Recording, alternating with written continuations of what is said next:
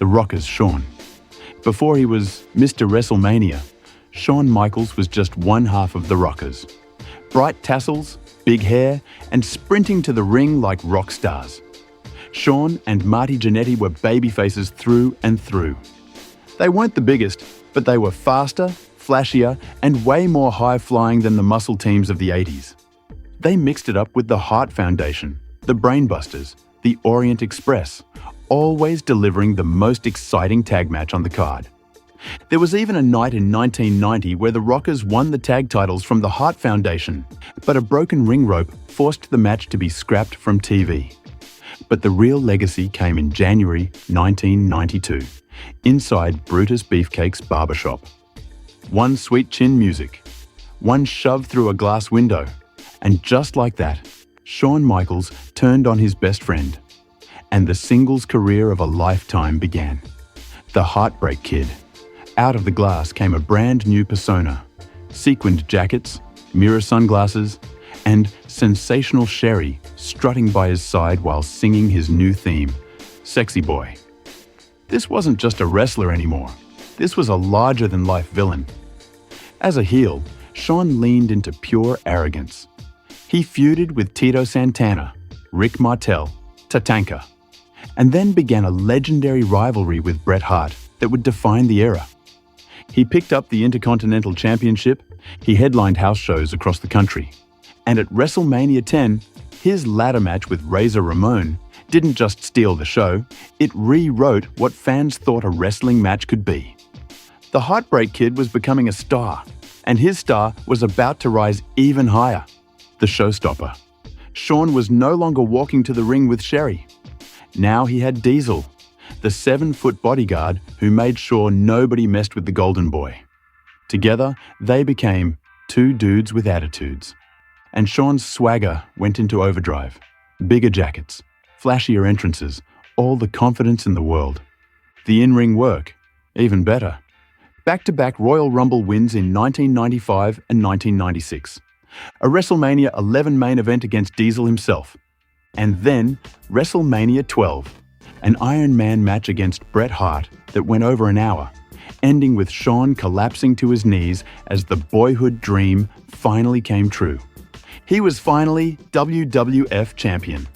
The Showstopper was slowly becoming an icon. D-Generation X Shawn. By 1997, Shawn Michaels had gone full rebel. Out came the leather jackets, the crotch chops, the infamous suck it taunts.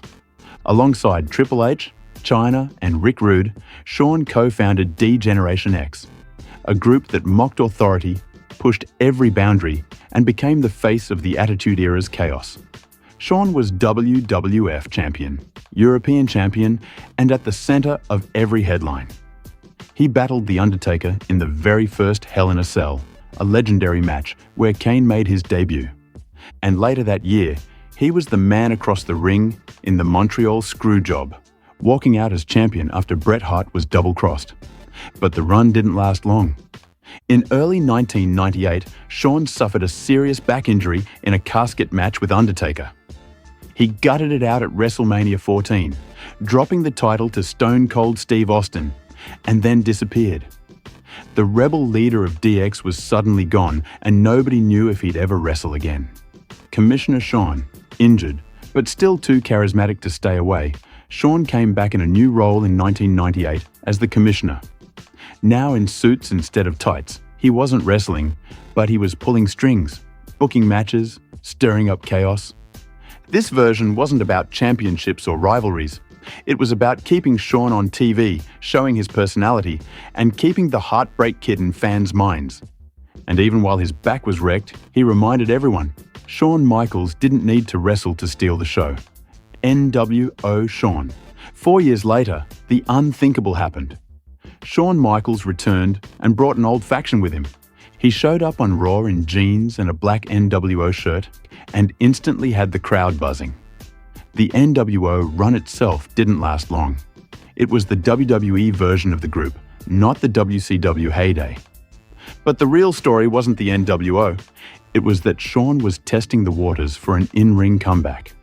The guy who had been gone for 4 years who everyone thought was finished, was suddenly back in the mix. And what came next was the most shocking second act in wrestling history.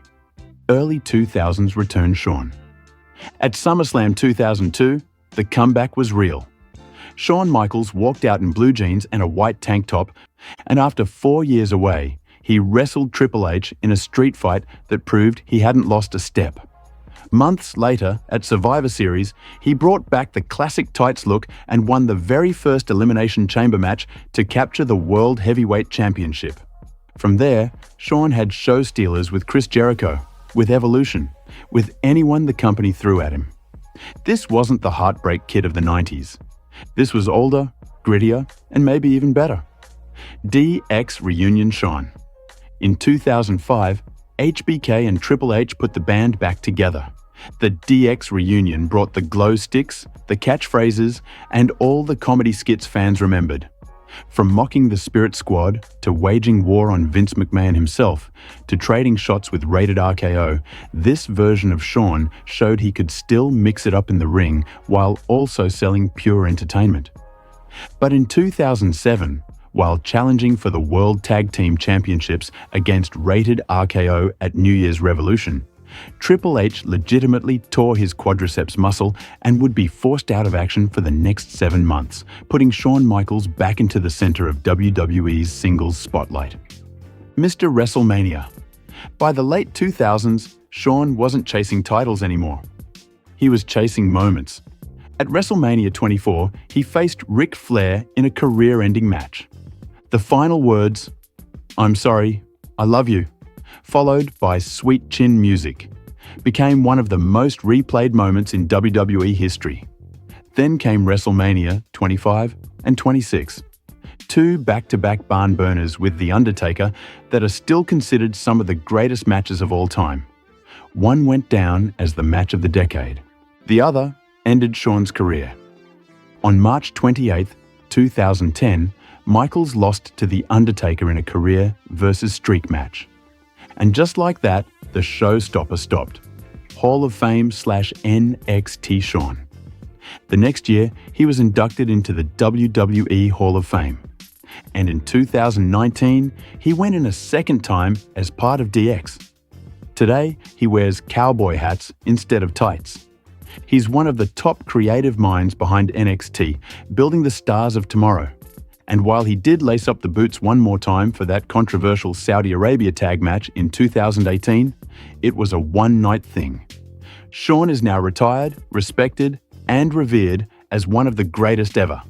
From trainer to ambassador to senior vice president of talent development creative, this version of HBK isn't about stealing the show in the ring. It's about making sure the next generation can. That's every version of Shawn Michaels. Please like the video and subscribe for more.